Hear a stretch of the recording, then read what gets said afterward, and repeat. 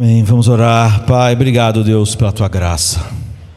Ó Deus, que cada frase, Senhor Pai, que cantamos, Senhor Pai, que flui da Tua palavra, ó Deus, tenha fluído, Senhor Deus, também, Senhor Pai, das mais profundas afeições dos nossos corações. Que realmente, Senhor Pai, o Espírito Santo tenha incendiado, Senhor Pai, essas verdades, Senhor Deus, em nossos corações, Senhor Pai, para que essas verdades tenham realmente, Senhor Pai, ó Deus, se transformado em afeições mais profundas, à medida, Senhor Pai, que nós, ó Deus, a cantamos como expressão, Senhor Pai, ó Deus, do nosso amor, do nosso deleite, do nosso prazer, da nossa satisfação em tudo que Tu és para nós, em Teu Filho. Nós sabemos, Senhor Pai, que estamos muito distantes, Senhor Deus, de conhecer, Senhor Pai, tudo que está à nossa frente, mas nós queremos nessa noite avançar um pouco. Queremos, Senhor Pai, ser, Senhor Pai, mais do que, Senhor Pai, éramos ao entrar aqui. Queremos ser um pouco mais parecidos com o Teu Filho. Nós sabemos quando o oleiro está trabalhando, Senhor Pai, inicialmente nós começamos a ver, Senhor Pai, as primeiras formas, e ainda está muito distante, Senhor Pai, do toque final, mas, Senhor Pai, nós começamos a perceber, Senhor Pai, feições, e é o que nós queremos, Senhor Pai, que seja feito em nossas vidas nesta noite, pelo poder infinito do Teu Espírito, em aplicar, Senhor Pai, ó Deus, todo o Teu propósito que foi comprado pelo Teu Filho na cruz, e assim que a Trindade Santa seja exaltada e trabalhe em nós, ó Deus trino e eterno. É o que nós Te pedimos, em nome de Jesus.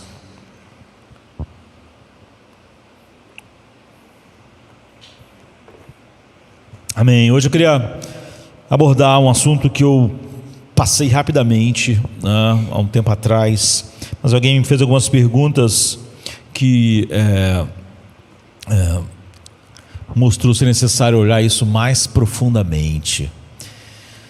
Não importa o carro que a gente esteja ou tenha, ou esteja à nossa disposição, não importa quão poderoso é o motor, não importa quão robusta é a sua estrutura, se um carro não tiver combustível para encher o motor de energia e liberar potência, tudo é inútil, não é? Tudo fica sem propósito.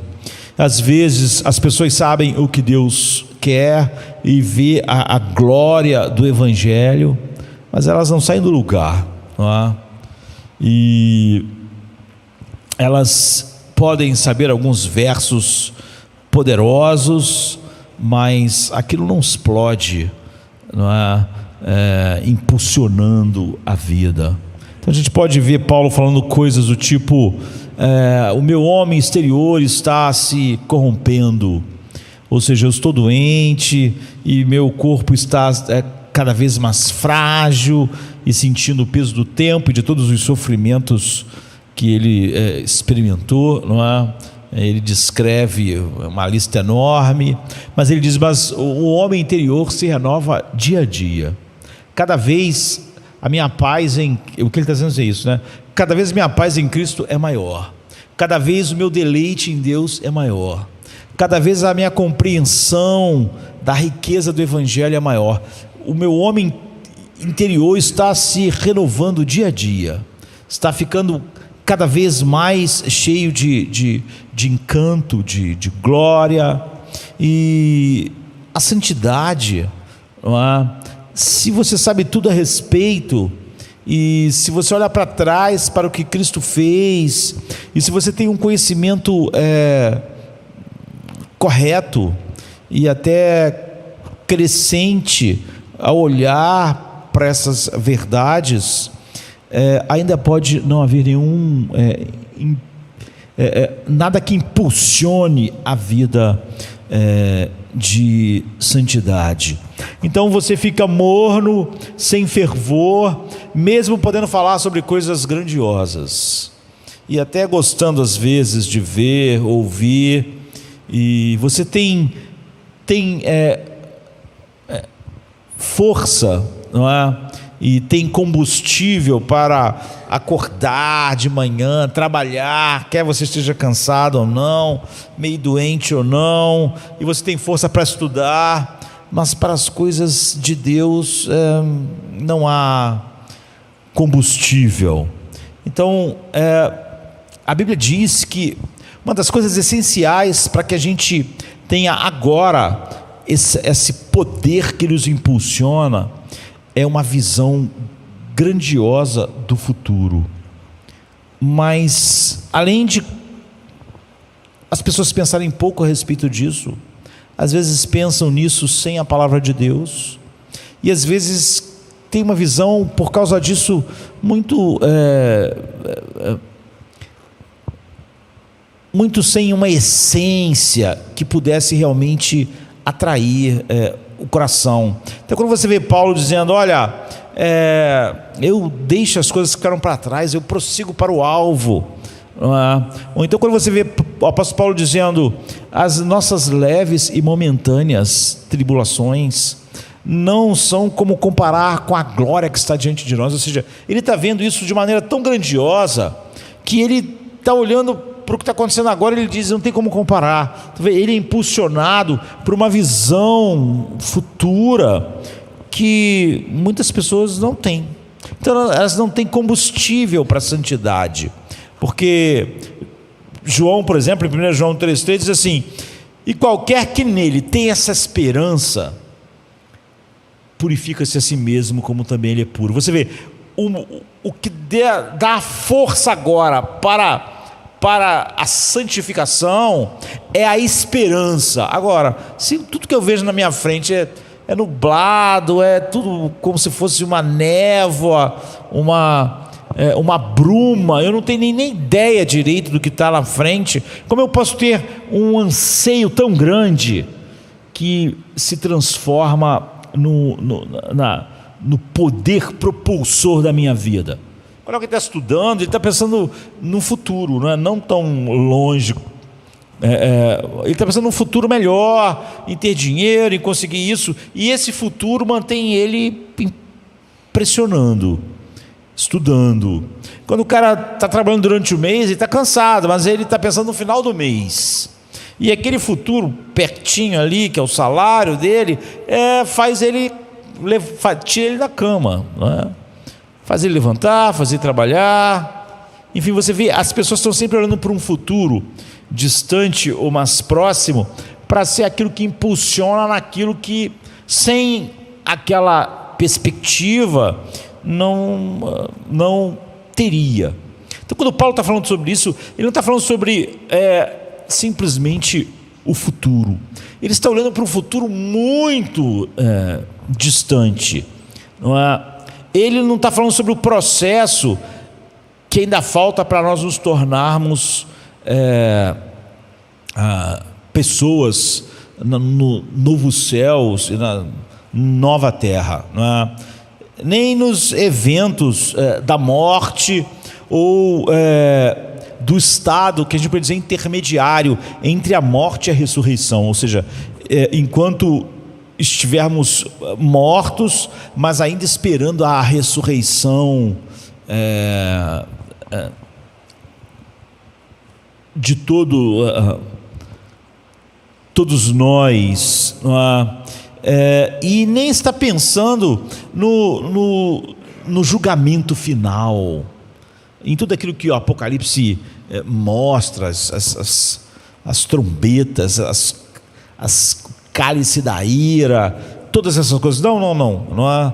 Mas a condição final, depois que tudo isso acontecer, depois que todas essas coisas já tiverem acontecido, e mesmo o julgamento final, mesmo a glorificação já tiver sido algo no passado, no nosso passado, não é?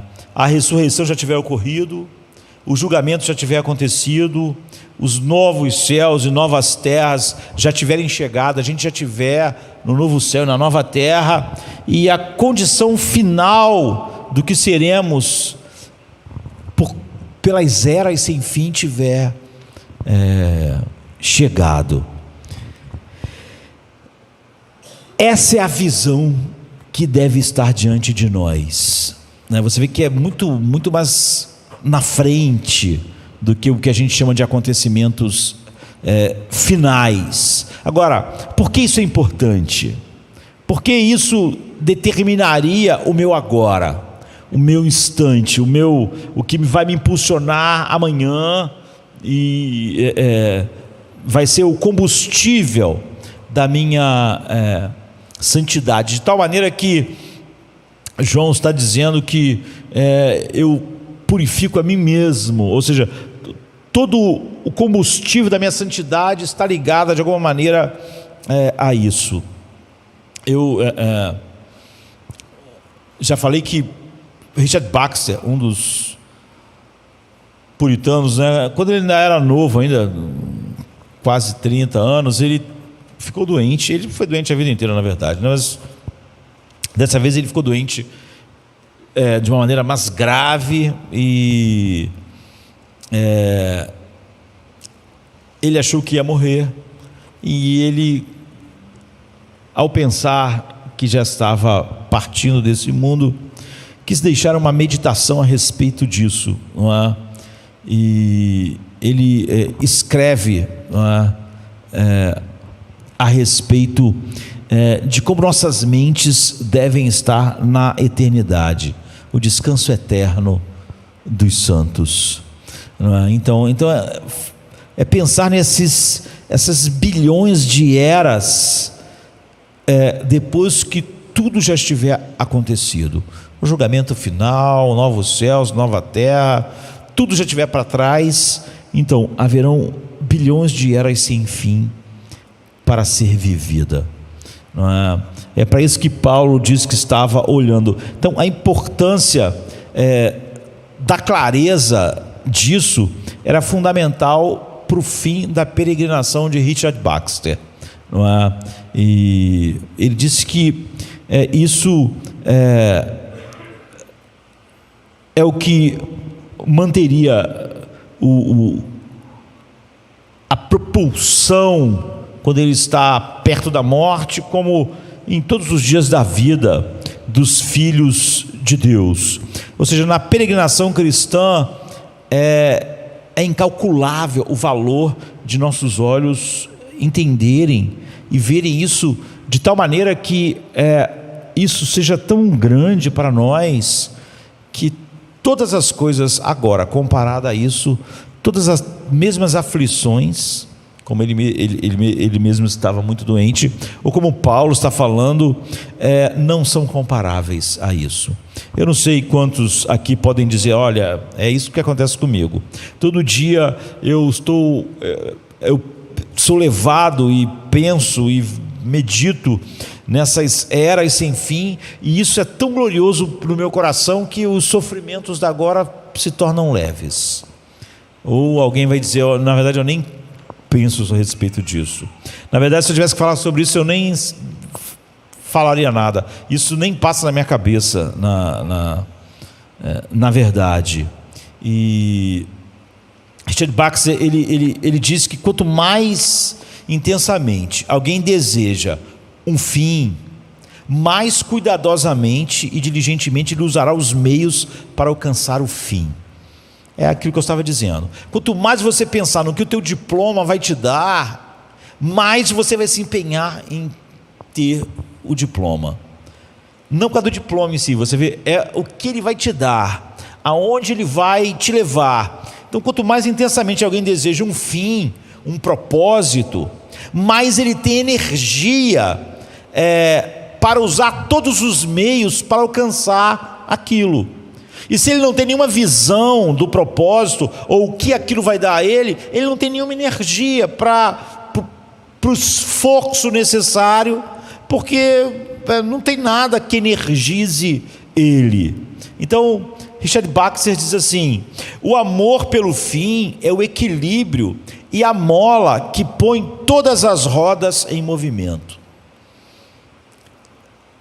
Mas um fim desconhecido não é amado. Ou seja, se o fim, eu não conheço o fim, eu não posso amar esse fim. Esse fim não pode me fazer me energizar hoje, não é? E ele diz: é um Deus e uma felicidade conhecidos e não meramente desconhecidos que a alma deseja com alegria. Se é um Deus que eu conheço pouco e uma eternidade que eu conheço pouco, então aquilo não causa um efeito no meu hoje, como João estava dizendo. E ele diz: tal desejo dará asas à alma. Quanto mais você conhece o futuro e o que você almeja, aquilo dá asas, não é? E nesse caso dá asas à alma. Ele diz assim: é o cristão celestial que é o cristão vivo, avivado, fervoroso. É a estranheza ao céu que torna tantos cristãos apáticos. É o fim que vivifica todos os meios. E quanto mais frequentemente e claramente este fim é contemplado, mais vigoroso será todo o nosso movimento. Nós corremos tão lentamente e nos esforçamos tão preguiçosamente porque prestamos tão pouca atenção no prêmio. Ou nós nem vemos o prêmio. Nós nem achamos que o prêmio tem muito valor. Então nós somos preguiçosos, porque eu correria, se eu soubesse que o prêmio é $1 bilhão, eu correria de um jeito, daqui até o centro de Campo Grande. Se você mandar eu correr daqui até lá, e eu não tenho nenhuma visão do que eu ganho com isso, ou qual é o propósito, ou uma visão de que isso traz, então eu me arrasto, se é que eu vou, não é? Então isso não é só a opinião de Richard Baxter, né, nessa grande obra dele. Isso não é o que o apóstolo Paulo diz. Ele diz assim em Filipenses 13:14: esquecendo-me das coisas que ficam para trás, eu avanço para as que estão adiante, porque eu prossigo para o alvo, para o prêmio da soberana vocação em Cristo. Está vendo? Ele tem uma visão tão grande do prêmio. Ele conhece tanto o prêmio, ele pensa tanto no prêmio, o prêmio embriagou tanto a sua alma, que ele deixa tudo para trás, ele nem olha mais para trás, ele está numa velocidade cada vez maior, não há nada de preguiçoso nele, não é? E mais uma vez, Richard Baxter diz: o amor pelo fim é a mola que põe todas as rodas em movimento, é o fim que vivifica todos os meios.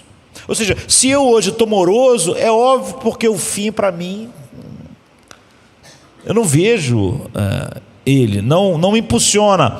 Ele diz: corremos tão lentamente, nos esforçamos tão preguiçosamente, porque prestamos muito pouca atenção no prêmio. A gente fala aqui, a gente pode repetir o que Paulo disse: o prêmio da soberana vocação. Para a maioria de nós, ele está dizendo: isso não significa nada. O cara está muito mais interessado no salário no final do mês do que esse prêmio aí da soberana vocação. O salário dele energiza muito mais ele, fazer ele trabalhar, levantar, fazer. Ou então ele se formar e arranjar um emprego tal, energiza ele para lutar pelo diploma. Ele está dizendo: mas já sobre as coisas de Deus, aquela pessoa está se arrastando. Ele está dizendo: não é porque simplesmente ela não tem energia, é porque o que dá energia é a visão do prêmio. Ela não tem, ela não vê, e ela então não é energizada, não há fervor. E essa falta de fervor é a evidência de que ela não vê o prêmio, não conhece o prêmio. Então ela se arrasta. E a Bíblia diz isso o tempo todo. O texto que eu li no início, 1 João 3, 2 e 3 diz: amados, agora somos filhos de Deus, e ainda não se manifestou o que havemos de ser. Sabemos que quando Ele se manifestar, seremos semelhantes a Ele, porque havemos de vê-lo como Ele é. E todo aquele que tem essa esperança, você vê, todo aquele que está vendo isso, purifica-se a si mesmo, assim como ele é puro. Ou seja, qual é o motor dessa purificação? Qual é o motor da santificação? É o anseio por esse prêmio. É o que Richard Bach diz, isso coloca todas as rodas em movimento, não é? Então a roda da pureza, a roda da purificação, o motor da santidade, o motor da santificação, o motor da vida cristã, radical, se você quiser usar assim, fervorosa, posta em movimento pela esperança daquilo que a gente vai se tornar quando vermos Cristo. Se isso não tem importância para nós, nós não temos energia no presente, não temos fervor, não tem combustível o motor da nossa santificação. Essa é a resposta inspirada de João. Você vê que é a mesma de Paulo, sobre por que nós devemos falar sobre como é importante sabermos, pensarmos e mantermos em nossos corações as incontáveis eras futuras. Quando o julgamento tiver passado, quando novos céus e novas terras, nova terra já tiver chegado. E 1 Coríntios 15, 42, Paulo diz assim: aquele corpo morto que é semeado é perecível, mas o que é ressuscitado é imperecível, incorruptível, né? Ele é semeado em desonra, mas é ressuscitado em glória. É semeado em fraqueza, mas é ressuscitado em poder. Pois a trombeta soará e os mortos ressuscitarão incorruptíveis, e nós seremos transformados. Portanto, você vê, isso leva a uma conclusão. É o portanto de Paulo, e essa é a chave aqui. Meus amados irmãos, sede firmes e inabaláveis, sempre abundantes na obra do Senhor, sabendo que no Senhor o vosso trabalho não é vão. Você vê, ele está dizendo que o que faz você ser firme, inabalável, abundante, fervoroso, é a visão futura, que é o motor da santificação. É isso que Richard Bach estava dizendo, é o fim que vivifica todos os meios, e quanto mais frequentemente e claramente este fim é contemplado, mais vigoroso será todo o nosso movimento. Corremos tão lentamente, nos esforçamos tão preguiçosamente, ou seja, abundamos tão pouco na obra de Deus, porque prestamos muito pouca atenção ao prêmio, porque prestamos tão pouca atenção ao que será ressuscitado incorruptível, glorioso e poderoso, e na verdade pensamos muito e conhecemos muito pouco sobre o que vai ressuscitar incorruptível. É que somos tão presos ao que é corruptível, e que as coisas corruptíveis e os pequenos sonhos nessas coisas corruptíveis, dessa vida do corpo corruptível, energiza a gente é fervoroso para essas coisas, enquanto somos arrastados, né? Somos preguiçosos para sermos abundantes na obra do Senhor, ou como João colocou, purifica-se a si mesmo. Já em 2 Coríntios 6, 16 até o 7, 1, o apóstolo diz assim: serei o seu Deus, e eles serão o meu povo, e eu serei um pai para vocês, e vocês serão filhos e filhas para mim, diz o Senhor Todo-Poderoso. Aí ele diz assim: uma vez que temos essas promessas, amados, purifiquemo-nos de toda a contaminação da carne e do espírito, aperfeiçoando a santificação no temor de Deus. Ou seja, o que é o motor que faz a gente nos purificar de toda a contaminação da carne e do espírito e nos aperfeiçoar, aperfeiçoando a santificação do Senhor? Visto que temos essas promessas. São aquelas promessas, é a visão no prêmio, é o amor pelo fim. É isso que Richard Bach diz: o amor pelo fim põe todas as rodas em movimento. O motor da santidade é a esperança do que nós seremos pelas incontáveis eras sem fim, na presença do Deus Todo-Poderoso, que Ele diz: serei o seu pai e vocês serão meus filhos. E ele começa a falar, e Paulo diz: tendo essa promessa, portanto, isso nos impulsiona. Em 2 Coríntios 4, 16 e 17, Paulo diz: não desanimamos, que é desanimar é o contrário de ter energia, de ser fervoroso. Paulo diz: não desanimamos. Por quê? Somos estoicos? Somos cumpridores do dever? Não desanimamos, porque esta leve e momentânea tribulação o que? Apenas 60, 70 anos, está preparando para nós uma glória eterna, que supera em muito tudo nesta vida, em comparação com ela. Não há nada nessa vida que sequer se pareça. E ele diz: é por isso que eu nunca desanimo. Você vê, é por isso que eu sou fervoroso, é por isso que o motor está cheio de combustível, é por isso que eu estou sendo empurrado para frente. A esperança da glória, do que seremos e do que nós veremos por incontáveis eras, é a grande força que sustenta os nossos corações em nossas vidas momentâneas e breves neste mundo, Paulo diz.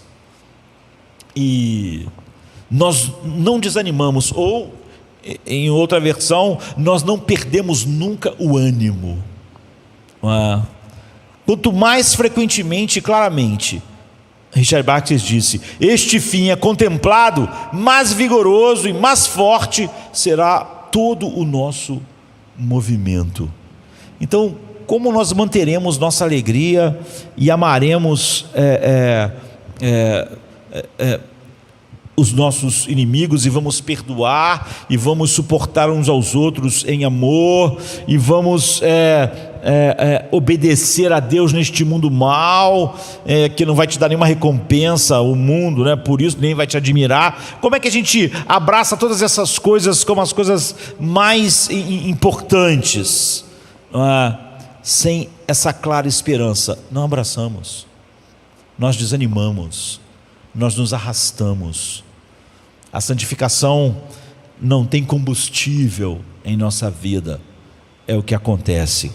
Em Mateus 5, 11 e 12 diz: bem-aventurados sois vós quando vos injuriarem e perseguirem, e mentindo, disserem todo mal contra vós por minha causa. Agora, como assim bem-aventurado quando todo mundo me tratar mal? Você se regozija quando as pessoas te tratam mal? Você pode pensar: não, eu tento, mas é muito difícil. Então, porque é óbvio, essa tua tentativa é a tentativa de fazer um motor funcionar sem combustível. Porque Jesus não diz só para você se regozijar quando te injuriarem, te perseguirem e mentindo, falarem toda espécie de absurdo. Ele diz: regozijai-vos e exultai, porque grande é o vosso galardão nos céus. Se você não tem a menor ideia do que é isso, do que aquela eternidade sem fim, o galardão, tu vai achar: alguém me injuriar hoje é muito pior, não consigo imaginar como pensar em algum galardão, em alguma coisa na era futura possa me ajudar a lidar com a injustiça que eu sofri, a perdoar e essas coisas. Você vê, essa pessoa não tem combustível no motor da santificação na sua vida. Porque Jesus disse que você devia ter uma alegria quando isso acontecesse, por causa da tua contemplação dessas eras futuras. Mas você não tem isso. Você não tem uma visão do prêmio, nem da consolação, nem dessas eras sem fim. Então, por inúmeras eras, a recompensa do que seremos é tão grandiosa. Jesus diz que você vai saber lidar com a injúria, com ser maltratado, porque todas essas coisas vão ficar pequenas perto da tua visão. A Bíblia deixa claro repetidamente que é o que o Richard Baxter diz, que é o amor pelo fim. Como seremos nas inúmeras eras futuras, que põem as rodas da santificação em movimento em nossas vidas. Agora, será a nossa vida futura a nossa verdadeira vida? Essa é a questão. E é assim que a Bíblia trata. Então, para você focar especificamente nisso, né, eu lembro que há um tempo atrás eu estava pregando aqui, contei uma história de alguém que sonhava em ter um filho e tinha dificuldades, né, para engravidar e ter filho, e finalmente uma dessas vezes, dessas tentativas, a gravidez avançou, não é? E essa pessoa disse assim: olha, eu fiquei com meu filho a vida inteira dele eu fiquei com ele. 2 minutos foi o tempo que meu filho viveu nesse mundo. Ele entrou no mundo e respirou, né, nesse mundo, e às 8h20, na década de 90, e ele partiu deste mundo às 8h22. Eu fiquei com ele a vida dele toda. E ele disse que alguém perguntou qual será o nome, e ele disse, nem falou o nome assim, falou só o apelido do nome, né?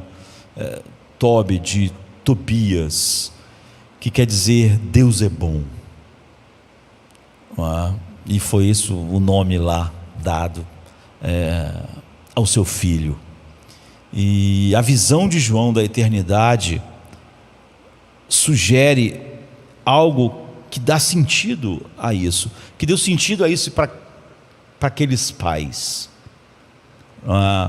João diz assim em Apocalipse 22, 3 e 5: o trono de Deus e do Cordeiro estará na cidade, e os seus servos o servirão, e eles verão a sua face, e o seu nome, o nome dele, né, estará nas suas testas, e eles reinarão para todo o sempre.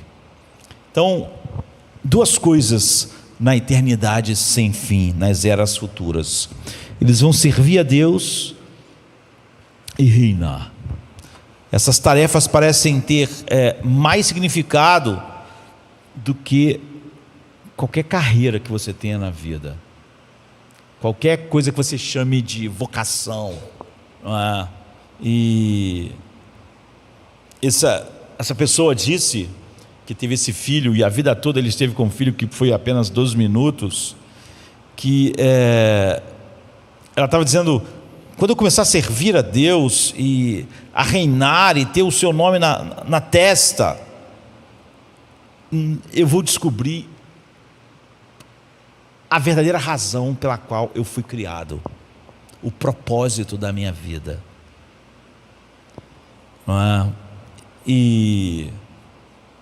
Ou seja, ele está dizendo o seguinte: muitas pessoas pensam assim: eu estou tentando achar o propósito da minha vida, e as pessoas estão pensando nisso, estão pensando na carreira delas, né? Ou então no ministério, o meu propósito. Mas eles acham realmente que eles são seres criados para existir por toda a eternidade, e o propósito da vida deles está confinado a 50, 60 anos que eles vivem nesse mundo. Ou seja, se ele tivesse sido feito, e se ele foi criado, e o propósito da vida dele é definido pelo que acontece, pela sua carreira, ou pelo seu ministério, por alguma coisa que aconteça nesse curto período, não é?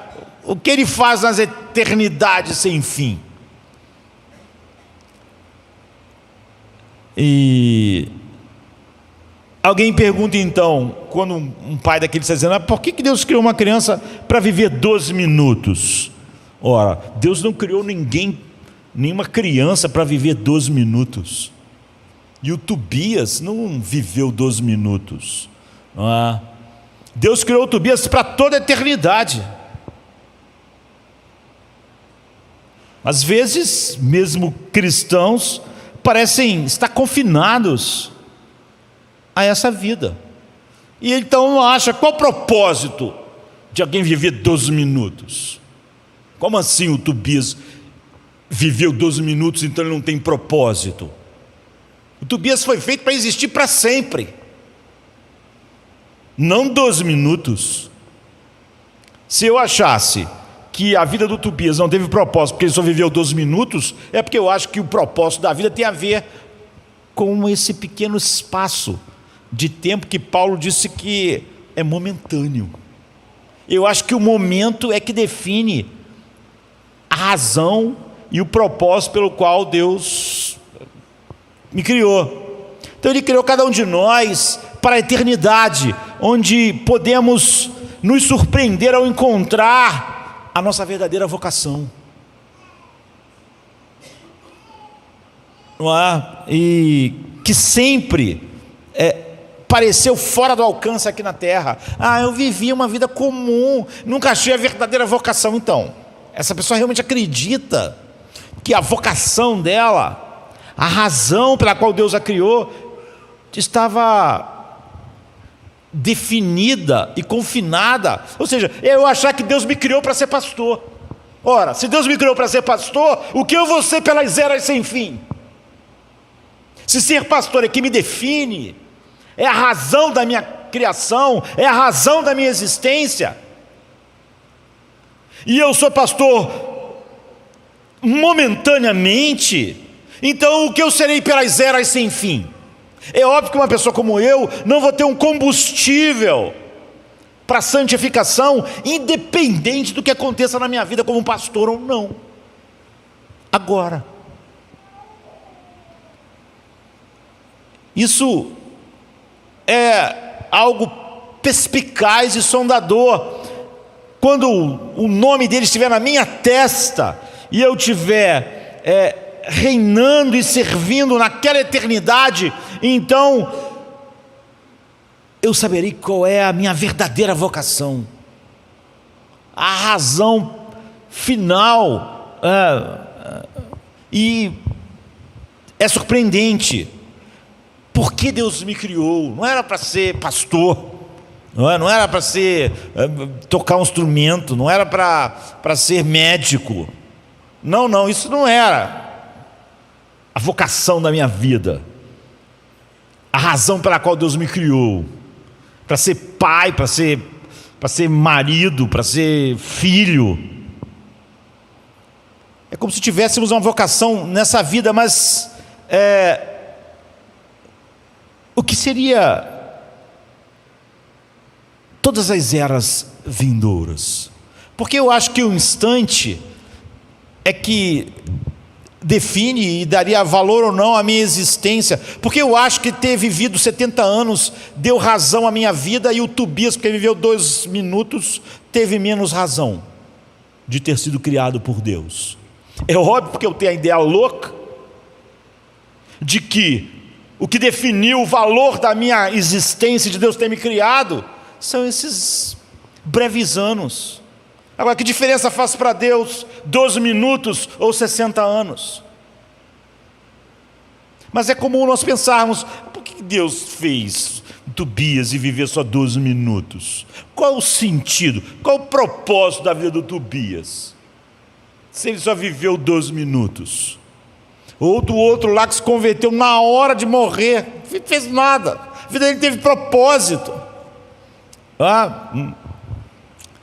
Fomos criados com propósitos que se cumprem no agora, mas na vida vindoura é onde está aquilo pelo qual fui criado para sempre. Não é? A minha verdadeira vocação eu ainda não descobri. E nós encontraremos o que nós fomos verdadeiramente criados para fazer, para ser. O que eu serei por toda a eternidade? Não é? Adão era um jardineiro no Éden, né? O que eu serei por toda a eternidade? O que eu farei? Mas não só o que eu farei, o que eu serei. A Bíblia diz: agarre-se à vida real. Nós começamos a pensar que o Tobias não viveu a vida real porque ele viveu só 2 minutos. Nós é que não sabemos o que é a vida real e o que não é a vida real. E é por isso que não temos então combustível para a santificação nesta vida breve que estamos vivendo. A Bíblia nos encoraja a pensar na nossa vida eterna, além desse mundo presente, como a nossa verdadeira vida. A Bíblia diz que essa não é a verdadeira vida. E pensar na vida eterna como lugar onde está a nossa verdadeira vocação. Então existe uma conexão fundamental aqui para nós. As Escrituras nos direcionam e direcionam a minha atenção para isso, no tempo que nós temos agora. E o texto de 1 Timóteo 6,19, onde Paulo instrui Timóteo a dizer aos ricos assim: que entesourem para si mesmo um bom fundamento para o futuro. Veja o que vocês fazem com o que Deus dá a vocês, não pensando agora. Usem isso de tal maneira que isso seja um bom fundamento para o futuro distante, para que possam se apoderar da vida eterna. A frase a vida eterna, e algumas versões, a verdadeira vida, não é? E a vida verdadeiramente ontos zois. Sabe que os gregos têm uma palavra para a vida biológica, não é? Que é bios, e tem zoe, que é para a vida. E às vezes as pessoas dão fazem disso uma coisa mística, né? Mas é óbvio que a vida de Deus, simplesmente não. Os gregos não estavam pensando nisso, é que eles dividiam. Eu já expliquei aqui uma vez um filho de um amigo estava num hotel assim com o pai, mas é um menino, né, de 6 anos, sentado na beira da piscina, bebendo um troço, um dia lindo. Ele olhou para o pai e falou assim: pai, isso é que é a vida, isso é que é viver.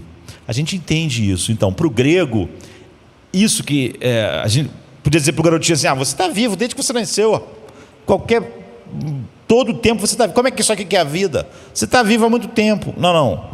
Você vê que a vida que ele está falando é uma qualidade de vida, não é existir. É óbvio que ele existia já há 5 anos, 6 anos, mas ele está dizendo, isso aqui é que é viver, não é? Na cabeça dele já bem igual a do homem, como o homem é, não é? Então aqui é zois, é a vida. E ontos é um advérbio formado no particípio on, que significa ser, não é? E não há uma palavra que traduza a palavra que Paulo está usando. Paulo está lutando com as palavras.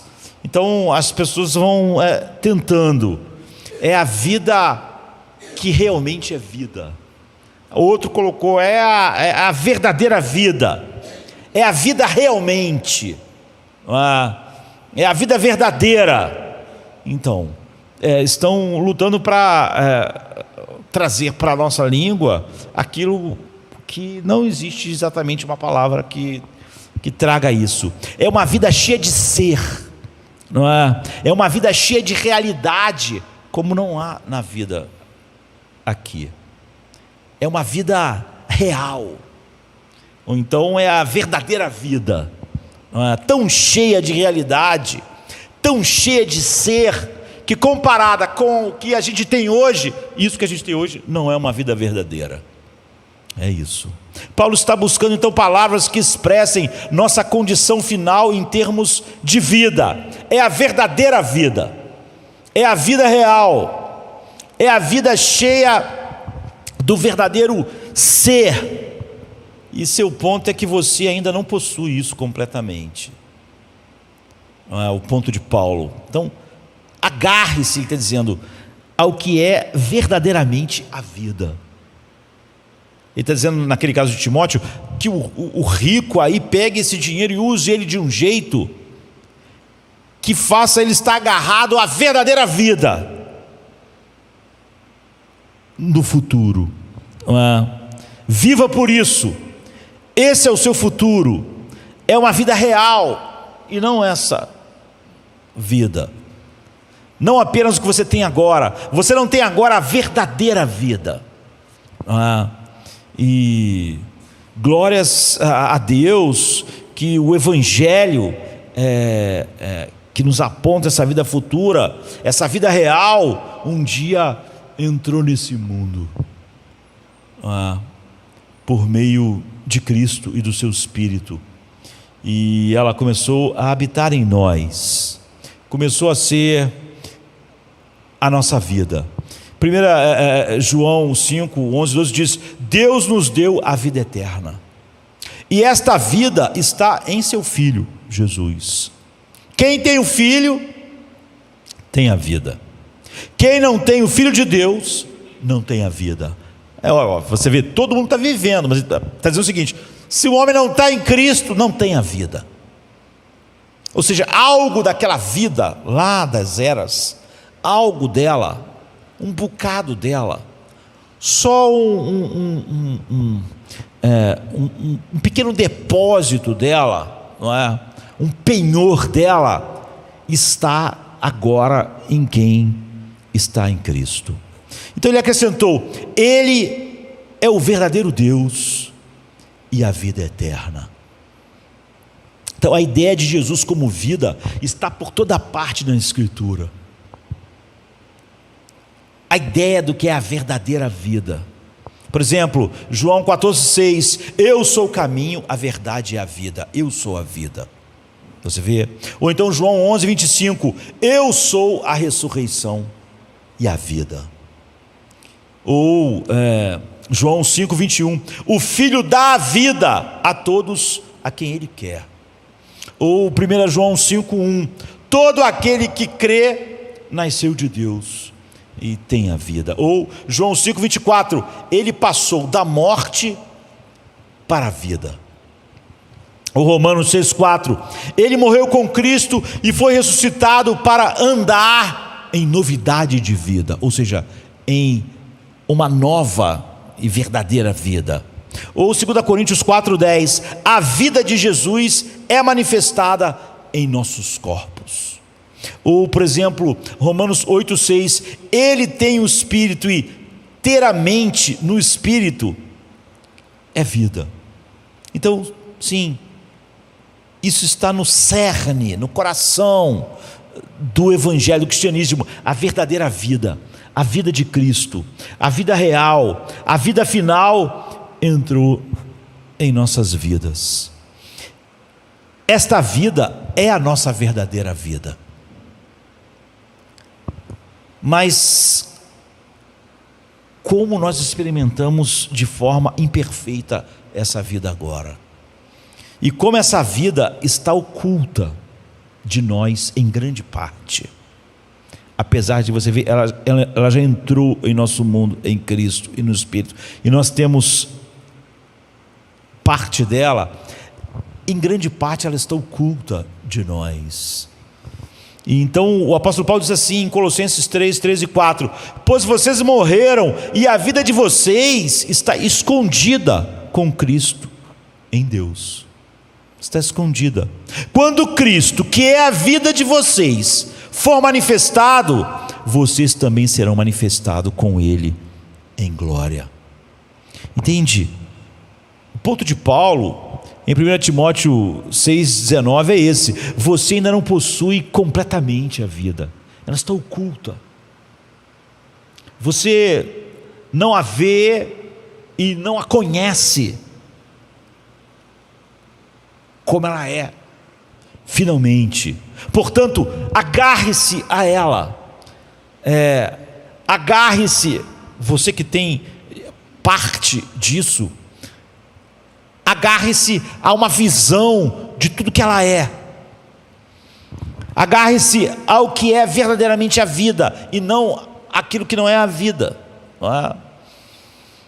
E administre, ele está falando, no caso lá, ele está dando um conselho a Timóteo para quem tinha dinheiro, para os ricos, não é? Administre seus bens de forma compatível com estar indo para essa verdadeira vida, e não como o mundo faz com o seu dinheiro. Viva por isso, viva por essa verdadeira vida. Naquele caso, falando para os ricos, viva para a verdadeira vida, viva para a vida real, porque um dia nós vamos ser devorados, engolidos por essa vida. Você vê o quão pouco a gente tem, a ponto de que quando ela chegar finalmente, é como se nós fôssemos engolidos por ela. Jesus também pensava e manifesta exatamente isso, não é? Sobre a vida presente e a vida futura. Por exemplo, em Mateus 18, 9, diz assim: se o teu olho te faz tropeçar, arranca-o e lança-o fora de ti. Melhor é entrar na vida com um só olho do que tendo dois olhos seja lançado no inferno. Ou seja, ele fala sobre você entrar na vida. Você vê, nós temos uma espécie de vida agora, mas há uma vida que não temos, há uma grande parte dela oculta de nós, uma vida que ainda está para ser alcançada. Viva de modo, seja impulsionado de todas as formas em direção a essa vida. O apóstolo Paulo levanta a questão de como essa vida futura se relaciona com a nossa vida corporal. Ele diz assim em 2 Coríntios 5, ele fala dos nossos corpos como tendas, como tabernáculos, ou então como roupas. Ele diz que por mais que ele queira estar longe do corpo e estar com o Senhor, em 2 Coríntios 5, 8, essa não é a sua preferência final, não é essa o anseio final dele, não é esse. Ele não quer ser despido, ou seja, despojado do seu corpo na morte. Mesmo que isso signifique já estar com o Senhor, o que é maravilhoso, isso ainda não é o anseio final dele, não é? Qual é esse anseio que o domina e final? Sua preferência final é a segunda vinda, quando o corpo mortal se reveste de imortalidade. Então ele coloca assim: porque também nós, os que estamos neste tabernáculo, nosso corpo, gememos carregados, não porque queremos ser despidos, mas revestidos, para que o mortal seja engolido pela vida, ou seja, absorvido pela vida. Agora, por que nós precisamos ser absorvidos pela vida se nós já estamos vivos? Porque há uma vida muito maior, infinitamente maior, que de tal maneira maior do que o que nós experimentamos agora, de que vai nos engolir, vai nos absorver. Uma vida real, uma vida verdadeira, vida que é vida de fato, e não o que o mundo experimenta, e nem o que nós experimentamos finalmente, apesar de termos um penhor dela, longe de experimentarmos tudo que ela é ainda. E nosso destino final é esse, nossa condição final é a verdadeira vida, é a vida real, essa vida está em Deus e em seu Filho. Paulo então descreve os incrédulos em Efésios 4:18 como estando alienados da vida de Deus. Não é que eles estão separados de Deus, eles estão separados da vida de Deus. Um dia essa vida de Deus vai nos engolir, vai nos absorver. Nós não estamos mais alienados da vida dele, como um incrédulo, mas você vê que antes ele está falando que nós vamos ser engolidos. Deus Pai é a vida absoluta. Jesus disse: porque assim como o Pai tem a vida em si mesmo, você vê, e o Espírito da vida transportando a vida do Pai e do Filho e trazendo algo da vida dele para nós. Deus Pai, Filho e Espírito Santo são a vida absoluta. Eles são a própria vida, não é que eles dão vida. Ele não é simplesmente aquilo que é primordial, e não é um grande computador cósmico que controla tudo. Ele dá vida, mas ele define a vida, porque ele é a vida. Então, quando você pensa pensamentos, sentimentos, energia, ação, mas a vida é muito, muito mais do que isso. Esse é o nosso destino por incontáveis eras. Quando já tiver passado o julgamento, novos céus e nova terra, é estar vivo com tal vida que é a vida do próprio Deus nos engolindo, nos absorvendo. Esse é o lugar para onde estamos indo. Paulo está dizendo: viva para isso. Diga, Timóteo, aos ricos aí que vivam para isso, e usem o que Deus dá a eles de tal maneira que fique evidente de que eles estão indo em direção a essa vida real. Agora, como será a verdadeira vida para o corpo? Como será isso? O apóstolo Paulo diz assim, ele diz: o nosso corpo mortal será absorvido pela vida. É uma expressão intrigante, não é? Ele diz: porque também nós, os que estamos neste tabernáculo, gememos carregados, não porque queremos ser despidos, mas revestidos, para que o mortal seja engolido pela vida, ou seja, absorvido pela vida. Nesse momento ele está falando do nosso corpo. Como é que o nosso corpo participa disso? A vida da era futura, a vida real, a vida verdadeira, a vida divina plena, na medida em que pode ser compartilhada com uma criatura. É óbvio, não é? Porque nós somos criaturas. Vai engolir os nossos corpos. É o que Paulo está dizendo. Ele está dizendo que os nossos corpos serão transformados e perfeitamente adequados para essa nova vida, que é a vida real. E então, quão parecidos eles serão com o nosso corpo atual. E o Novo Testamento, ele quer que a gente espere duas coisas: uma semelhança e uma dissemelhança.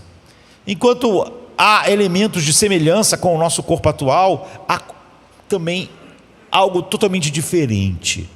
E essas duas coisas estão juntas. Por um lado, não haveria ressurreição do corpo se não houvesse continuidade do corpo atual. Você não ressuscita corpos específicos para depois eliminar esses corpos. Não faz sentido. Como Paulo diz, os mortos em Cristo ressuscitarão. 1 Tessalonicenses 4,16. E Cristo foi ressuscitado dentre os mortos, e Ele é as primícias dos que dormem. 1 Coríntios 15:20. Ou seja, nós vamos ter o corpo glorificado de Cristo. Ou Filipenses 3:21. Cristo vai transformar o nosso corpo de humilhação para ser conforme o seu próprio corpo glorioso. Então, o corpo ressuscitado é o nosso corpo, é o corpo que nós temos agora, ressuscitado e tornado glorioso. É seu corpo ressurreto, não é? Que será reconhecível, tocável, e enfim, nós podíamos gastar tempo com isso, mas não é nosso assunto hoje. A Bíblia deixa claro de que você vai reconhecer as pessoas, né, que você conviveu, e até as que você não conviveu. Por exemplo, Pedro sabia que era Elias, sabia que era Moisés, Tiago, João, enfim, você vai ter corpo reconhecível, tocável, depois da ressurreição. Mas por outro lado, Paulo diz que ao mesmo tempo esse corpo ele vai ter semelhança mas também uma semelhança enorme. Porque ele diz assim: o que semeia não é vivificado se primeiro não morrer. E o que semeia não é o corpo que há de nascer. Ou seja, o que semeia não é exatamente o corpo que há de nascer, mas o simples grão, como de trigo ou de outra qualquer semente. Carne e sangue não podem herdar o reino de Deus, nem a corrupção herdar a incorrupção, mas todos seremos transformados. 1 Coríntios 15, 37, 38, 50, 51. De que maneira? Sem morte, sem dor, sem choro, como está em Apocalipse 21, 4.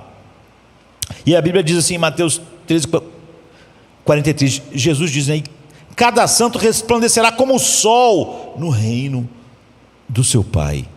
E Paulo aqui está dizendo: é semeado corpo natural e é ressuscitado corpo espiritual. 1 Coríntios 15, 43 e 54. Um corpo espiritual. Isso é o que acontece quando o corpo for absorvido pela vida, quando o nosso corpo na ressurreição for engolido pela vida real, pela verdadeira, plena, final vida divina. Quando a vida engolir o nosso corpo, ela vai transformar o nosso corpo, que apesar de ser esse corpo ressuscitado, ainda, ou seja, de ter essas semelhanças, ele é totalmente diferente, como a semente do trigo tem do trigo. Porque você semeia corpo corruptível, mas o que você colhe é ainda algo daquela semente, mas é algo diferente. Como quando você semeia a semente do trigo, o que nasce é trigo, mas é diferente da semente, mas ainda é aquela semente, mas não se parece exatamente com a semente, é muito mais do que a semente, apesar de conter ainda aquilo. Então a vida, quando nos engolir, transforma o nosso corpo, ou seja, ajusta o nosso corpo para a nova vida. O corpo é tão vivificado pelo Espírito de Deus, é tão purificado pelo Espírito de Deus, é tão cheio e dotado do Espírito de Deus, é tão fortalecido pelo Espírito de Deus e está em harmonia tão perfeita com o Espírito de Deus, que pode ser chamado de corpo espiritual. Semeia esse corpo natural e você colhe espiritual, porque ele foi absorvido pela vida, a vida de Deus, a vida do Espírito. Então o corpo espiritual terá o tipo de cérebro que pode realmente conhecer como nós somos conhecidos. Você vê, ele tem um cérebro, mas não é exatamente como o nosso cérebro é agora. Então João diz: naquele dia, quando nós vamos ser transformados, e a vida vai engolir o nosso corpo, e então nós vamos poder conhecer como somos conhecidos. Você vê, o cérebro vai poder conhecer, ele terá um tipo de olhos que podem realmente ver a verdadeira coisa que os olhos deviam ver e não veem, ver o que realmente está lá, ver a beleza que eles não veem, ver aquilo que está distante de ser visto, e todos os sentidos estarão ajustados perfeitamente pelo Espírito Santo para detectar em cada coisa criada, em cada coisa da criação, em todas as belezas da criação, em cada pessoa, em cada coisa que compõe o mundo, em cada animal, em cada coisa, ver a perfeita revelação que aquilo faz de Deus, ver o máximo de revelação da beleza de Deus, da sua glória, que a flor hoje não consegue te mostrar, porque você não tem olhos sentidos para detectar toda a glória que aquilo mostra. Então, como será a verdadeira vida? Isso é para o corpo, né? Mas o ser humano, ele não é só corpo, ele é corpo e alma. Então, quando a vida engolir, a verdadeira vida nos engolir, não é? Como será para a alma? se para o corpo será assim. O aspecto, na verdade, o ser humano só tem ele tem dois elementos, um físico e um não físico, corpo e alma. Essa coisa de dividir corpo, alma, espírito, não sei o quê, isso, a Bíblia às vezes chama alma, chama espírito, a mesma coisa, e usa nomes diferentes. As pessoas começam, não, espírito é isso, alma é aquilo, não. Você tem uma parte material e uma parte imaterial, corpo e alma. Você é uma alma vivente. O ser humano é corpo e alma, uma parte física, uma parte material. Esse é o grande problema de que a maioria dos cristãos hoje, quando fala sobre a alma, os problemas da alma, a psicologia da alma, eles estão seguindo ideias simplesmente de um homem que acreditava que o homem não tem alma. Ele é ateu, ele é materialista. Ele acha que o que ele está falando de alma, estudo da alma, é só o estudo de como a matéria age, interage, e os elementos químicos, e como as impressões desses elementos interagem. É só isso. Ele não acreditava que o homem tinha nada imaterial. O que ele está chamando de alma são só esses processos. Mas, porque ele não acreditava que o homem tem uma alma, algo imaterial, algo não físico. Tudo é só cérebro e processos cerebrais e bioquímicos. Mas não, o homem tem uma alma, coração, mente, e corpo, não é? E Jesus disse em sua oração em João 17,3: e a vida eterna é esta, que te conheçam, a ti só, por único Deus verdadeiro, e a Jesus Cristo, a quem tu enviaste. Vida verdadeira, vida real, vida final, vida divina é conhecer a Deus e a Cristo. Por que você chamaria isso de vida? Por que você chamaria a vida conhecer Deus? Porque Jesus disse que a vida é conhecer Deus. Então, nesse pouco tempo que temos para tocar em algo assim, não é? Porque é isso que a vida de Deus é. O que é a vida de Deus? A verdadeira vida conhece, não é? Para Deus viver, ter vida, ser vida, é conhecer. E se quisermos compartilhar essa vida, nós devemos conhecer como Ele conhece. Conhecer a Deus, Jesus disse, essa é a vida eterna, porque isso é o que Deus principalmente conhece. Deus conhece a realidade infinita que Ele é, quando nada mais existia. Deus tem a vida em si mesmo. Ele conhece perfeitamente a realidade infinita que Ele é. E sua existência absoluta, sem começo, sem fim, eterna, absolutamente presente, antes de qualquer outra coisa existir, quando só havia Deus e nada mais. Deus era um Deus que conhecia. Se ser Deus era conhecer perfeita e infinitamente, porque Ele era o objeto perfeito e infinito do seu próprio conhecimento. E Ele não apenas conhecia, Ele amava o que Ele conhecia, de tal maneira que o conhecer e amar não tem separação. E essa conexão está entre o conhecimento e o amor, porque Jesus faz essa conexão em João 17, como a gente vai ver. Portanto, conhecer a Deus é compartilhar não apenas o conhecimento de Deus, mas partilhar também o seu amor. 1 João 4, 7, 8 diz: amados, amemo-nos uns aos outros, porque Deus é amor.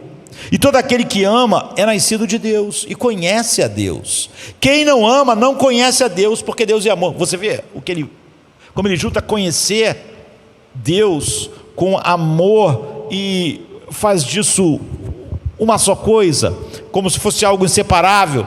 E como Paulo diz assim em 1 Coríntios 8:3: se alguém ama a Deus, esse é conhecido por Ele. Você vê como está junto essas coisas?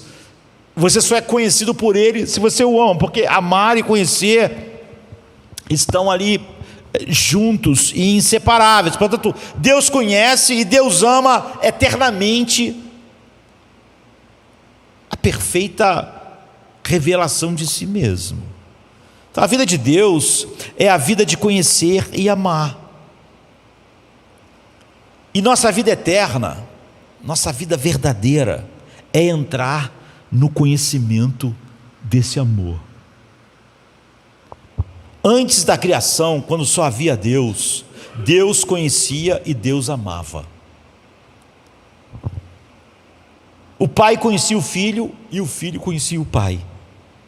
Como Jesus disse assim em Mateus 11:27: ninguém conhece o Filho senão o Pai, porque essa é a vida. Deus tem a vida em si mesmo.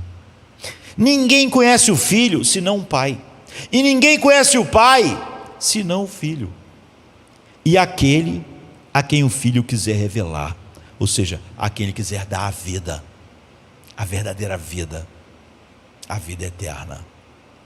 E o Pai amava o Filho. Em Colossenses 1:13 diz: o qual nos tirou do império das trevas e nos transportou para o reino do Filho do seu amor. E o Filho amava o Pai. Em João 14:31 ele diz: mas é para que o mundo saiba que eu amo o Pai. É por isso que ele fazia tudo o que ele fez. E o Espírito Santo carregava esse amor conhecido entre o Pai e o Filho. E isso é a vida. É a vida de Deus. Deus tem a vida em si mesmo. Esse é o fundamento do universo. A vida da qual tudo brotou. Todas as coisas que existem, existem fluindo dessa vida, que é o conhecimento de Deus de si mesmo e o amor de Deus a si mesmo, perfeito. Essa é a fonte de todas as coisas que existem, é o conhecimento e o amor de Deus. Portanto, quando provamos essa vida e finalmente formos engolidos e absorvidos por essa vida, nós conhecemos a Deus. E conhecemos de forma experimental, como ainda não desfrutamos, porque nós conhecemos como Ele nos conhece. É isso que João está dizendo. Quando isso acontecer, nós conheceremos como somos conhecidos. E a vida eterna é esta: que te conheçam a ti só, por único Deus verdadeiro. Conheçam a ti como eu te conheço. Amem a ti como eu te amo. E a Jesus Cristo, aquele que enviaste. João 17:3. E quando Jesus disse isso no início da sua oração, aqui em João, é óbvio que ele sabia como a oração ia terminar logo na frente, não é? Ele não quis dizer conheça a Deus como Satanás conhece Deus, porque isso não é a vida, isso é a morte, não é? Isso não é vida. Conhecer assim é morte. Ele queria dizer: conheça Ele como eu conheço. Só eu posso fazer vocês conhecerem, só eu posso dar a vida. Eu sou a vida.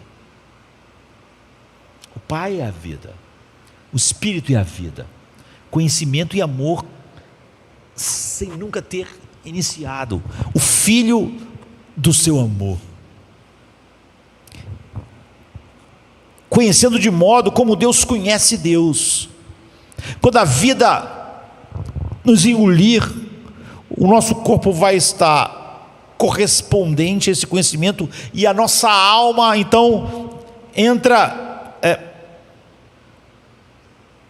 perfeitamente em tudo que uma criatura pode ter, no conhecimento de Deus e no amor de Deus. E Jesus torna isso claro, não é? Nós vemos isso na forma como ele encerra a oração. Jesus encerra a sua oração orando pela existência do conhecimento divino e do amor divino, ou seja, a vida divina, já que a vida divina é o conhecimento e o amor divino, não é?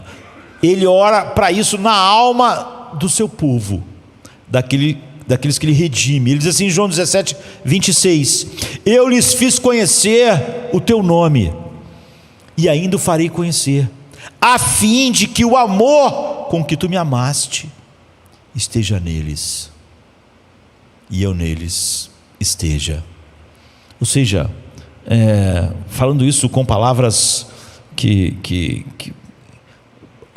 para que fique mais claro para nós, eu dei eles a vida, a verdadeira vida, vida real, nossa vida divina, Pai.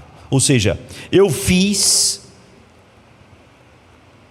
eles conhecerem a Ti como um tesouro de beleza que Tu realmente és, em conhecimento e amor, como só o Filho conhece o Pai, como só eu Te conhecia.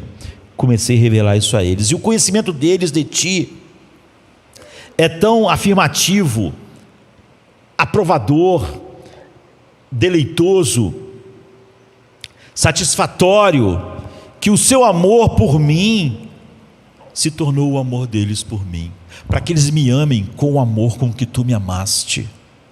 A vida verdadeira entrou neles de tal maneira, e a vida é o conhecimento e o amor que Tu tens por mim, e que eu tenho por Ti, por toda a eternidade, no Espírito, que eles começam a me amar com o amor com que Tu me amaste, a vida, não é?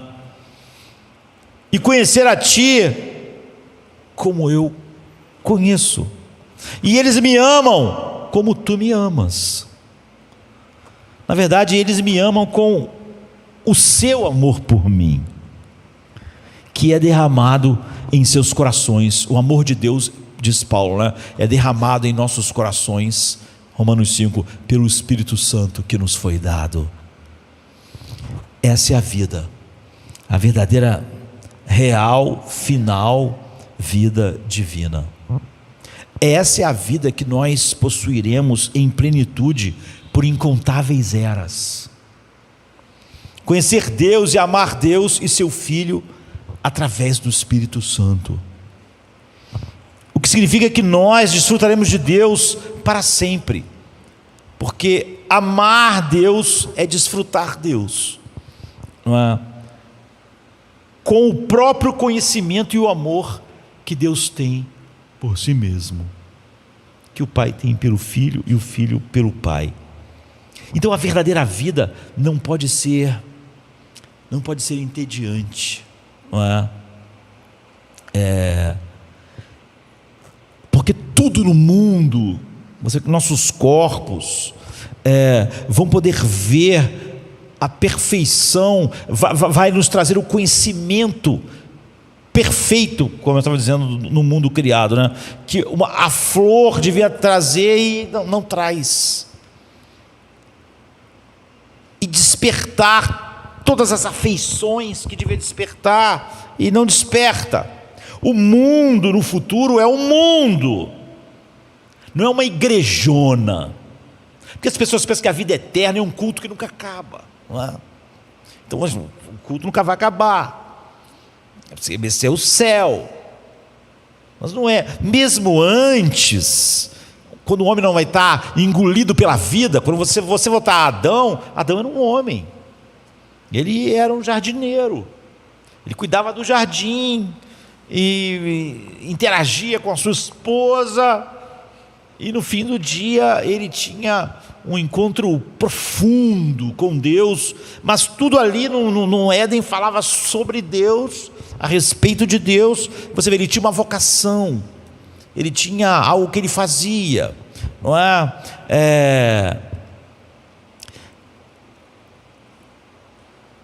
Nós vamos ter então, tanto no corpo como na alma, tudo que é necessário para perceber Deus em cada coisa criada e em cada atividade do mundo, e na nossa vocação no mundo, nessas eras vindouras, como aquilo que mostra a beleza, e como aquilo está ligado, nos faz conhecer Deus, e manifesta tudo que alimenta essa afeição. Então, para que a gente não pense que esta vida verdadeira, esta vida eterna se tornará entediante após alguns milhões de anos, a gente tem que lembrar de duas coisas, não é? Primeiro, nós devemos lembrar que essa vida é um amor enraizado no conhecimento, e nosso conhecimento vai aumentar sempre, porque é diferente do conhecimento final que Deus tem de si mesmo e do amor. Nós somos criaturas, vamos estar sempre conhecendo mais, e isso vai estar continuamente aumentando o nosso amor. Poucas pessoas tiveram uma visão da vida eterna que a Bíblia traz, como o Jonathan Edwards, por exemplo. Outro dia eu estava gravando um sermão que é: o céu é um mundo de amor. Poucas coisas eu imagino que vou ouvir na terra mais profunda, doce e edificadora da minha alma do que esse sermão de Jonathan Edwards, porque é cheio dessa verdade aqui. Por exemplo, Jonathan Edwards diz assim numa das suas obras: o conhecimento deles, do Pai, do Filho, no Espírito, aumentará eternamente. Com o quê? Ele responde, Jonathan Edwards, com um número incontável de eras, daquelas coisas grandiosas e gloriosas que acontecem na eternidade, no céu. E se o conhecimento deles aumenta, ele diz, sem dúvida, sua santidade também aumenta, a nossa. Pois à medida que aumentam no conhecimento de Deus e das obras de Deus, mais eles verão a sua excelência, a excelência de Deus. E quanto mais eles verem a sua excelência, mais eles vão amar, mais o amarão. E quanto mais eles amam a Deus, maior será o deleite e felicidade que encontrarão nele. Ou seja, você vê como o nosso conhecimento vai continuar crescendo, o nosso amor vai continuar crescendo, e o nosso deleite então em Deus, nas eras, vai cada vez aumentar, o que é o contrário do tédio, não é? Quando algo chegou no topo, não tem mais, fica comum. E não haverá tédio entre os redimidos pelas incontáveis eras, porque as misericórdias do Senhor continuarão se renovando a cada manhã, para sempre. E eu vou ver mais dessa beleza, e o nosso conhecimento delas, e o nosso amor por elas, e nossa alegria nelas só aumentarão, diferente do que acontece aqui, que apesar das misericórdias de Deus se manifestarem a cada manhã e se renovarem, nós não temos, mesmo nós que já temos o penhor dessa vida, não conseguimos ver toda essa glória de misericórdia que se revela a cada manhã. Como eu disse, nós não temos olhos nem para conseguir perceber isso, tudo que o mar revela da beleza de Deus, da glória de Deus, de tudo que Deus é. Não temos um cérebro ainda que possa conhecer como somos conhecidos. Isso limita a nossa apreensão do deleite, porque apesar das misericórdias se renovarem a cada manhã, eu absorvo pouco disso, mas lá eu vou absorver manhã após manhã, todas as novas misericórdias de Deus que vão se renovar. Então lembre-se daquilo que a gente falou, não é? Que como o pai lá do Tobias disse, não é? Será que quando eu finalmente começar a servir com o nome de Deus na testa, é o que Apocalipse diz, né? Nós não vamos finalmente descobrir finalmente para o que fomos criados? Não é a nossa vocação lá que é a nossa verdadeira vocação? Não é a nossa vida lá? O que eu serei lá? Nesse mundo de amor, o céu é um mundo de amor, porque é um mundo de conhecimento e amor, e conhecimento e amor, como o pai conhece e ama o filho conhece o pai. Então, nesse mundo de amor, quem eu vou ser? Qual será a minha vocação? Deus me criou para ser o quê? Que atividade eu vou exercer? Que vai caracterizar e expressar a potência máxima de exercer algo e uma atividade que manifesta perfeitamente a glória de Deus. Ou seja, finalmente a verdadeira vida, finalmente a verdadeira vocação, finalmente saber exatamente para o que eu fui criado verdadeiramente. Apocalipse 22, 3 e 5 diz: o trono de Deus e do Cordeiro estará na cidade, e os seus servos o servirão. Verão a sua face e reinarão pelos séculos dos séculos. Toda a nossa atividade, como eu disse, o céu não é igrejona, é um mundo de amor, onde nós vamos viver, não é? Essas tarefas, servir e reinar, tudo que a minha vida vai fazer, como resultado de eu ser engolido pela verdadeira vida, tem infinitamente mais significado do que as carreiras que a maioria de nós estamos buscando aqui, do que eu ser pastor. Essa não é a razão pela qual fui criado, isso não é o propósito. Quando você fala assim, mas por que Deus deixou Tiago ficar 3 anos lá ouvindo Jesus, aí depois ele vai pregar e morre? Mas qual é o propósito disso? Qual foi a razão da vida dele? É porque as pessoas realmente acreditam que o que dá razão, o propósito da vida de Tiago era o que ele ia fazer aqui. E a mesma razão que faz alguém dizer: por que o Tobias viveu só 2 anos, 2 minutos? Qual a razão? Qual o propósito da vida dele? Você vê, essas pessoas realmente acham que o propósito da vida dela está nos 60 anos que ela vai viver, no que ela chama de carreira, no que ela chama de ministério, no que ela chama de vocação.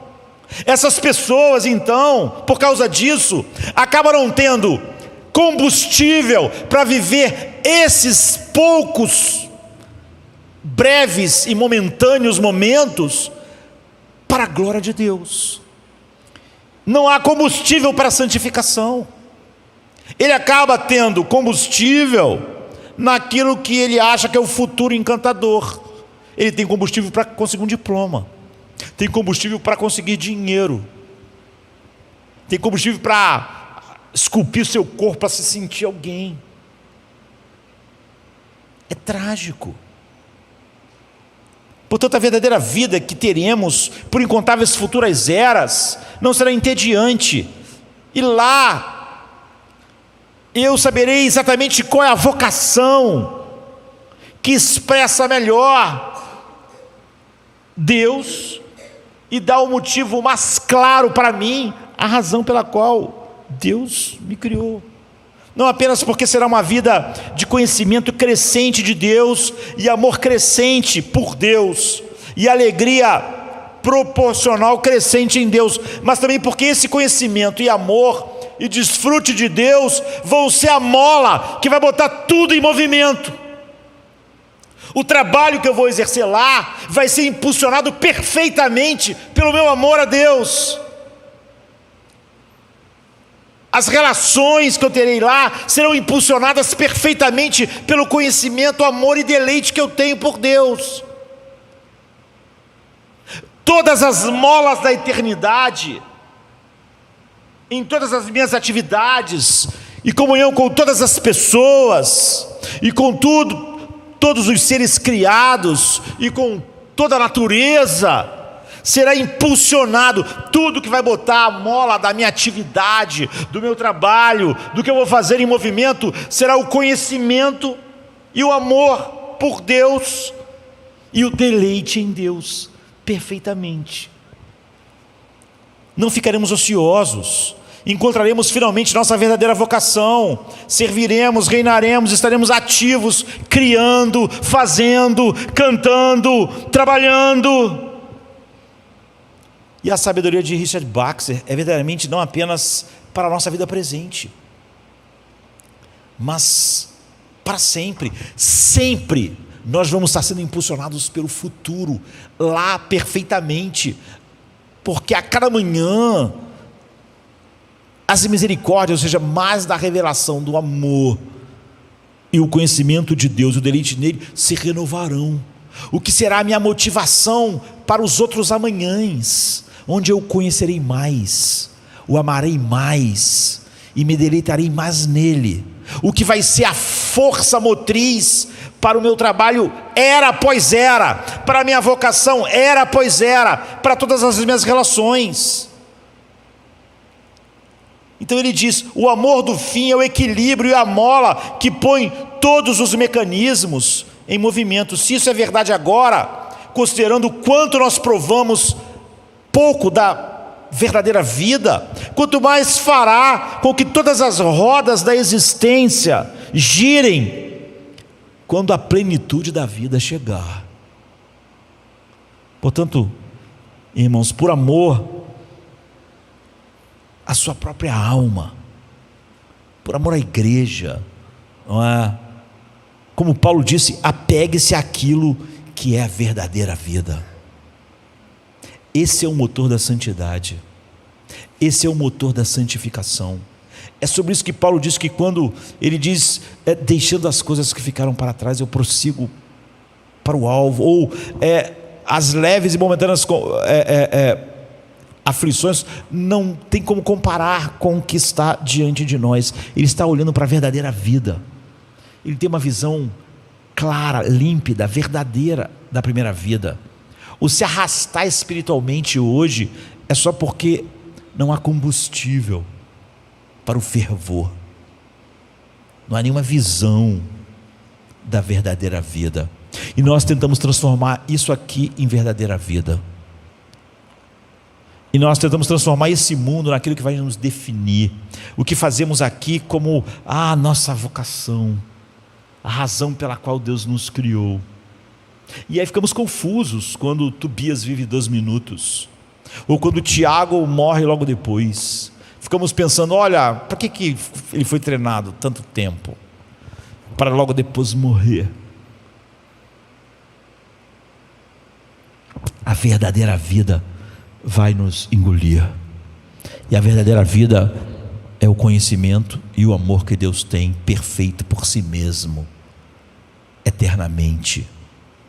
E Jesus diz para nós, a vida eterna é essa: conhecer a Ti como Deus e a Teu Filho. E Ele diz: ninguém conhece o Pai senão o Filho, porque essa é a vida eterna, conhecer e amar a vida eterna de Deus. Ele é a própria vida, e disso se originou todas as coisas. A vida eterna é essa, te conhecer. Eu sou o caminho para essa vida, sou o caminho para o Pai. Quem tem o Filho tem a vida. Ninguém pode ter a vida que é conhecer o Pai se o Filho não revelar o Pai a ele. Portanto, a nossa mornidão é muito pior do que a gente pode achar, porque diz que falta em nosso coração uma visão da verdadeira vida.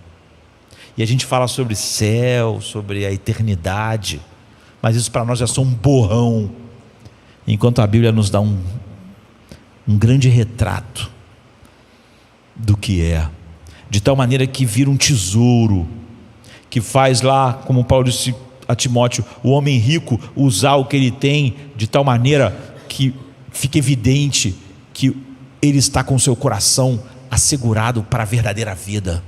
E isso com todas as coisas, porque como Richard Baxter disse tão bem, o amor pelo fim é o equilíbrio e a mola que põe todas as rodas em movimento. Mas um fim desconhecido não será amado, e um Deus e uma felicidade conhecidos e não meramente desconhecidos. É um Deus e uma felicidade conhecidos e não meramente desconhecidos que a alma deseja com alegria. Tal desejo dará asas à alma. Agora, é o que impulsiona, é o cristão celestial que é o cristão vivo. É a estranheza ao céu que nos torna tão apáticos. É o fim que vivifica todos os meios. E quanto mais frequentemente e claramente este fim é contemplado, mais vigoroso será todo o nosso movimento. Corremos tão lentamente e nos esforçamos tão preguiçosamente porque prestamos tão pouca atenção ao prêmio. Que Deus nos encha dessa sabedoria e desse poder que faz então nós temos energia, combustível para viver para a glória de Deus agora. Pai, obrigado por esta noite, obrigado pelo teu povo, obrigado pela tua palavra. Ela é muito mais profunda que nossas mentes, então Deus, alargue nossas mentes. Ela é muito mais profunda que nossos pequenos corações, então alargue nossos corações, Deus, para que mais e mais da tua verdade, ó Deus, entre, ó Deus, e chegue aos lugares mais profundos, ó Deus, do nosso ser, que encha nossos corações, que é a fonte, Senhor Pai, é de onde saem, ó Deus, as fontes da vida, para que toda a nossa vida então seja banhada por essa realidade, ó Deus, da vida engolindo, Senhor Pai, nós sendo engolidos pela vida, corpo e alma, para sempre, Senhor Pai, desfrutarmos tudo que Tu és para nós, em Teu Filho amado, Jesus Cristo, em nome de Jesus. Venha se cansado estás, e eu descanso darei.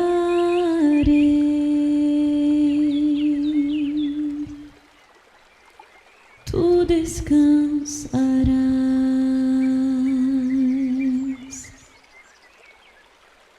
Venha a mim se não tens paz, e eu darei paz sem fim. Terás paz sem fim. O meu jugo é leve, o meu fardo graça dá. Tome tua cruz, te darei a paz.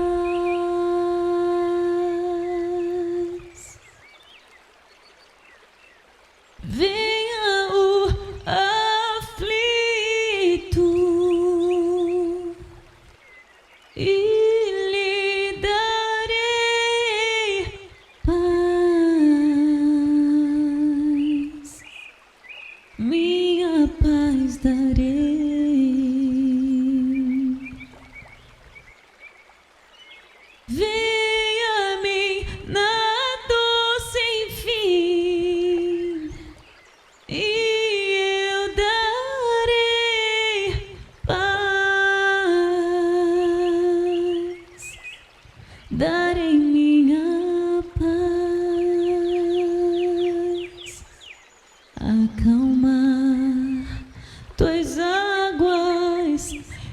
falar ao coração: tome meu fardo, te darei a paz. Venha a mim,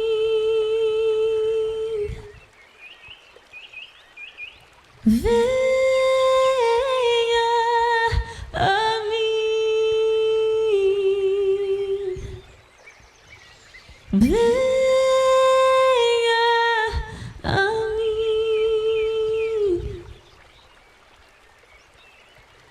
A minha graça te chama,